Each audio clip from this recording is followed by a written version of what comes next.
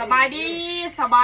สดีจ้าพ่อแม่พี่น้องยินดีต้อนรับเข้าสู่ช่องน้องตายสาวดาวคือเก่าเด้อตอนนี้น้องตายก็อยู่ที่ขี้ไผ่เนาะพี่น้องขี้ไผ่อยู่เทียงนะเนาะตอนนี้น้องตายสิพาไปเบิ่งอีพอกับอีแม่เลือกปลาเนาะพี่น้องปลาซิวมันถือน้องตายหัวเป็นตอดหรือว่าเป็นจีบบ่วะมันถือแต่อีพอกับอีแม่เราเลือกพ้นโต๊ะพี่น้องส่วนนี้พ้นโต๊ะมันก็สิเปื่อนๆเนี่ยจังหน่อยเพราะว่ามันเป็นขี้ตมนะตอนนี้น้องตายก็อยู่เพื่อนไฟเนาะพี่น้องอันนี้ก็ร่างอย่างปลาเนาะปลานี่โบเป็นปลาใหญ่ได้พี่น้องปลาซิวเนาะปลาซิวหรือว่าปลาซิวคนเนี่ยสีเห็ดปลาแดกกระเตาเนาะอีเมลแล้วสีเห็ดปลาแดกกระเตาพาเพื่อให้อยู่ปากซองนะพี่น้องอันนี้ก็เป็นเพื่อนไฟเดี๋ยวไปเบิ่งอีพอกับอีเมลกันเนาะว่าเพื่อนสีอันนี้ส่วนนี้หัวหน้าก็อารมณ์มาจากรีพี่น้องนาบูดเดอร์อยู่สงสัยอารมณ์แบบสีปั่นป่วนตามใบนะเพราะว่าเราเถาให้อันน้อยอีพอก่อนไปรับชมนะพี่น้อง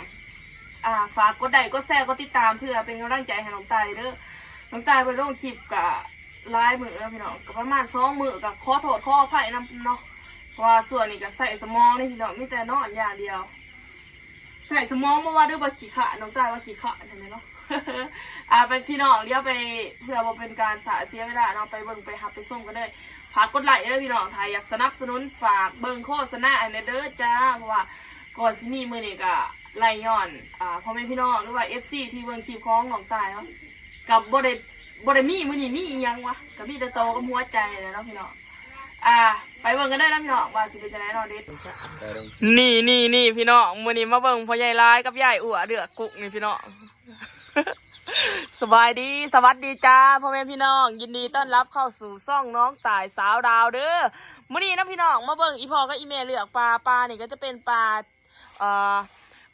อันนั้นเนาะพี่น้อง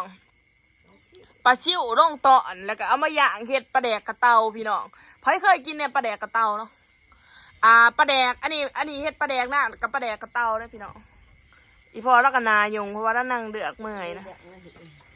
ย่างน้ำเนาะอีเมเฮ็ดปลาแดกกระเตาพี่น้องฟังไทยส่งไรเด้อปลาแดกกระเตาเพราะว่ามันเหนียวมันจะอันน่ะแล้วผสมน้องตายนี่FC พังไทยเพิ่นสั่งร้ายแต่น้องตายบ่กะส่งเพราะว่าเพื่อมันสิฮอดกับประมาณอาทิตย์ 1-2 อาทิตย์อย่างนั้นสมโพธิก็เลยว่าเอาปลาแดกกระเตาซะพี่น้องเอ้ยมีอยู่บ่คนสนใจเข้าคายปลาโดดกันค่ะนี่เนาะพี่น้องสบายดีเด้ติแม่สบายดีนี่พ่อใหญ่ร้ายสบายดีเด้ติพ่อแล้วก็นาบูดแท้นี่นะพี่น้องอีพ่อไม่หลุดอารมณ์บดีพ่อใหญ่ร้ายนี่นะพี่น้องปลาโอ้ปลาซิวเราไปเบิ่งในแก๊ปพี่น้องแม่แต่คือบอกเอาอันนั้นเขาว่าจะออกมาแต่บ้านนี่มาเบิ่งนี่อีเมลเราอยากมาเฮ็ดปลาแดกกับเตาดิอันนี้กะปิมาจากบะพนปีกเงี้ยนะนี่พี่น้องถาว่ามันแห้งเนาะอีเมลแล้วก็จะเอามาตำมันก็จะเป็นก้อนเหนียวเขาสามารถใส่ตำแจ่วตำเอียงก็ได้เนาะนี่ขี้ฟืนขี้ไผ่พ้นโต๊ะพี่น้องนี่อะไรก็เป็นบรรยากาศอยู่ขี้ไฟเนาะพ้นกับสิโต๊ะนี่เนาะปลาซิวล้างแล้วก็เอามาตากอันนี้ก็คือเป็นวิธีการทำปลาแดกเนาะพี่น้องปลาไหวประมาณ2-3 เดือนนะมันก็สิเป็นอันนี้ก็คือพระบิดาปลาร่า นี่พี่น้องหมดอันนี้ได้อันนี้แม่นจะใส่เกลือมีเกลือมีห้ำเนาะพี่น้องปลาแดกนะปลาแดกเป็นน้ำนะพี่พ่อเป็นคนเห็ดเองกับมือมันย่ำมันเป็นโอ้พี่น้องบอกเลยว่าหอมเนาะหอมแบบหอมแดงๆโอ้เอามาจำกับเข่าแล้วก็ลูกโดดบอกเลยว่าสุดยอดพี่น้องจำกุข้าวเหนียวอันนี้ก็สีเปื้อนๆเนี่ยเพราะว่าฝนตกนะในวิธีเห็ดปลาแดกหรือว่าปลาของพ่อใหญ่ลายนะโอ้ใส่สมัยเนาะเฮ้ยนี่ให้ปีหนึ่งนี่ได้จักเทพอ2-3ปลาแดกปลาซิวเลยพี่น้องปลาซิวนี่เนาะตัวแบบเห็ดพอกุ้งกินแล้วมันจะเห็ดคายบริเห็ดคล้ายได้เห็ดกินใครเคยกินบอปลาแดกเห็ดเอง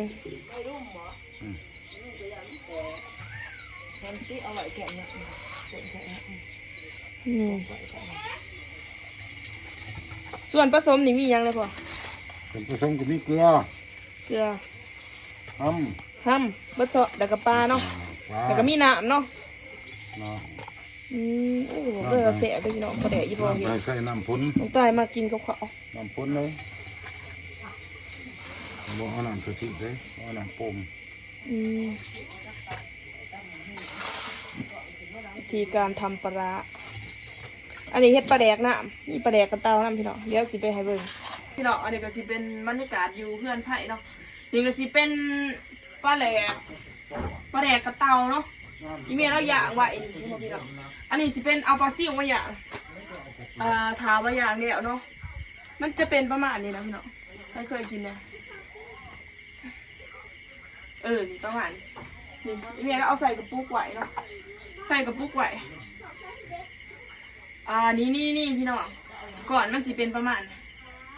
ก่อนมันสิเป็นดำๆแบบนี้เนาะแต่ว่าอันนี้นี่เอามาจีเนาะเอามาจีหรือว่าเอามาเผาไฟนี่สิแบบหอมแล้วก็เอามาเห็ดแจ่วใครเคยกินปะเขาเอิญมาปลากระเตานะปลาแรกกระเตาขนาดพี่น้องตอนนี้น้องตายก็ร่างต้มไข่ส่วนน้องตายก็รสหอมรสหุ่นเนาะกินแต่ต้มไข่กับผักหวานแห้งอย่างนี้พี่น้องที่ไข่อันนี้ก็จะเป็นบรรยากาศ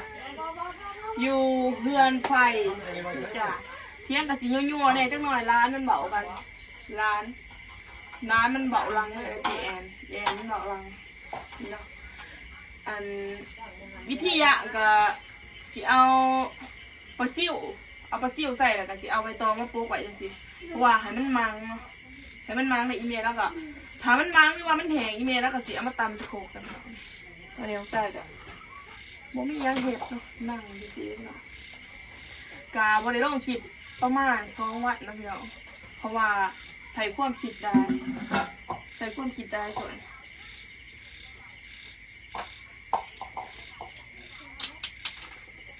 เดี๋ยวผู้อื่นน้องตายสิพาไปยามเต่อเนาะนี่ปลานี่ถือเต่อในนี่บ่แม่นสิว่าไปสอนด้วยนะมันถือเต่อมันได้จิ๊บนี่นะน้องตายบ่ฮู้ว่ามันสื่ออีหยังมันบ่ฮู้ว่าเต่อได้จิ๊บมันเป็นคาเฟ่ซีนั่นนะพี่น้องเนาะ นี่ไม่บอกอันนี้ นอนให้นอนหน้าพี่น้องเอ้ยบ่ได้เข้าว่าน้ำหมูจักเถื่อแม่จะเฮ็ดหยังกิน นี่ปนเฮ็ด โมนะอยากแกง แกงกับสิแกงอะไรแกงใช้หน่อไม้ในมืออื่น เอามันหมอหยังซั่นน่ะ หมอสิแกง หมออะไรนี่แล้วพี่น้องเนี่ยสิพามาเบิ่งชีวิตประจำวันเนาะ แกงใช้กับมืออื่น นี่รับสิอันนี้ก็ตอนนี้พ้นกำลังมาแล้วพี่น้องเห็นบ่แต่ละมือพายุเนาะพี่น้องพายุนอนอยู่เที่ยงกับพ้นศาสตร์เขาเนาะก็สำหรับคลิปนี้ก็จะขอจบเพียงสมีพอกันไปคลิปหน้าฝากกดไลค์กดแชร์กดติดตามเพื่อเป็นกำลังใจให้เราใจด้วยบ๊ายบาย